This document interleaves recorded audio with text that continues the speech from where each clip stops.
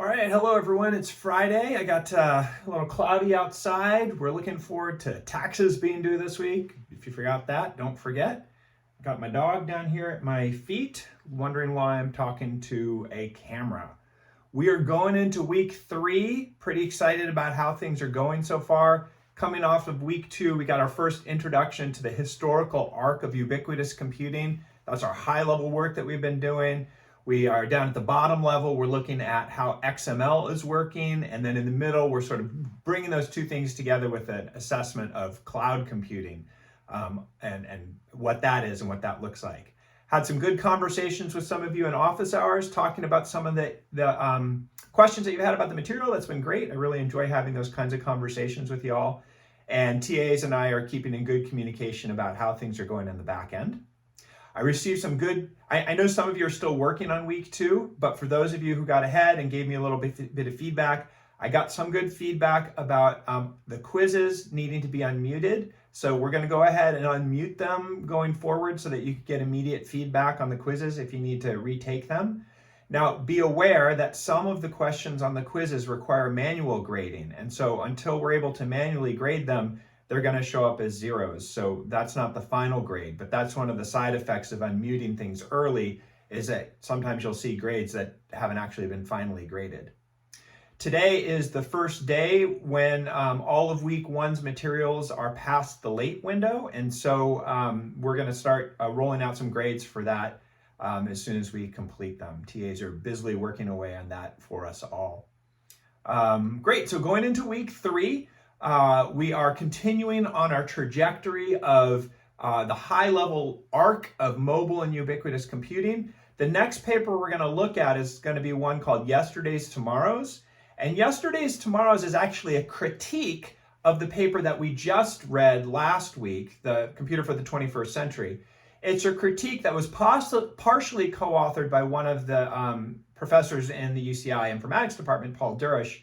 And it talks a little bit about some of the cultural issues that were embedded in the computer for the 21st century that now I think in our current society, in our current culture, we're a little bit more keyed into looking for those kinds of things in technology and movements in general. But I think it's interesting to reflect on that vision in 1991, critiqued by Durish a little bit later, and then we'll continue moving down this historical trajectory of looking at how the field of ubiquitous computing has evolved. Along with that is a discussion in which I'd like you to just respond, 250 words, pretty easy. And then also to respond to one of your peers after you've entered your comments on the prompt, the question prompt. And remember, the goal here is to have a good discussion. The goal isn't to critique someone necessarily. Remember to lead with curiosity in your responses. You know, I would like to know more about this. I'm curious about this. I wonder about this, as opposed to turning it into some kind of a judgmental attack or something on the things that people have said. This is really supposed to be generative, brainstorming, creative, helping us to form mental models of the way that we view the world. So think about that curiosity mindset as you proceed to interact with some of your peers. On the low level, we're going to be continuing our XML journey, learning about the foundations of the format of XML. We'll be doing part 4 and part 5 of that. And then we've got a bunch of plumbing we've got to get out of the way. So actually this week 3, you're going to make your first web application. We're going to be using 2 services for that. One service is called GitHub.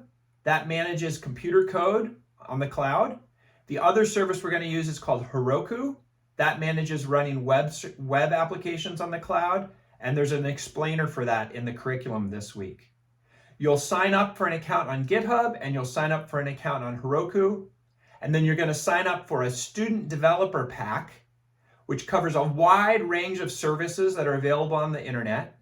And what it does is it gives you credit to use those services for free. So nothing that we've done so far requires you to actually pay any money short of the tuition that you're already paying. In addition to, all this stuff should not require you to pay for anything.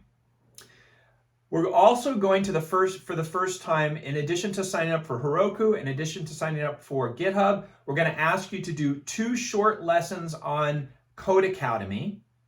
We purchased those licenses for you this week.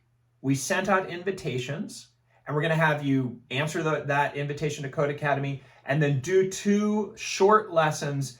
Mostly this is about just getting the mechanics of how are we going to turn this in, how are we going to do the assignments, that kind of thing on Code Academy.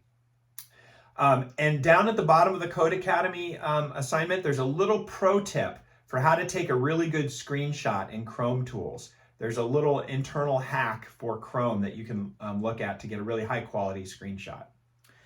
All right, so the final thing that you're going to do is you're going to put together GitHub and Heroku, and you're going to make a web application. That's about the simplest web application that you can make, but it's going to force you to get all the plumbing together.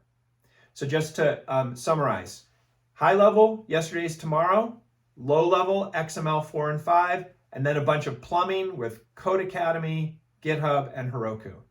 Thank you for the feedback so far. We're unmuting quizzes. There was a concern about security when accessing the Russian websites. And what I will say is that we wouldn't assign you something that's dangerous. If you are particularly concerned, I recommend that you use Chrome and you use it in incognito mode and that you don't interact with the web page once it's up.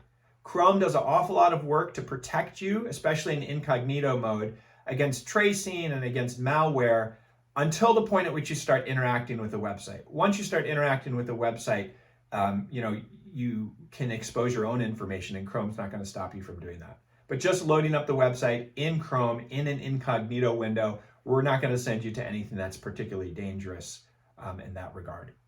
And the last comment we got in the feedback is if you feel like the video quality is poor, rest assured we made these videos at very high quality. So just remember that YouTube has the gear icon down at the bottom that'll enable you to crank up the resolution so that you see more detail in the video. Not super important when I'm going on about, the network security and stuff, but it will be more important when you start doing coding tutorials and you need to be able to read the characters that are being recorded and broadcast on YouTube. Okay, that's a lot of information. Thank you for your patience. It's been great meeting with some of you on office hours. So far, so good. Everything's going all right with the class on my end. We have a couple special cases, and there's always some issues that individual students need to have addressed. We've been working with you all on that. Our goal is to see you thrive through this course and learn something good and leave the program much more equipped than you were coming out. So I hope that's happening. Reach out if it isn't. Welcome to week 3. Let's do it.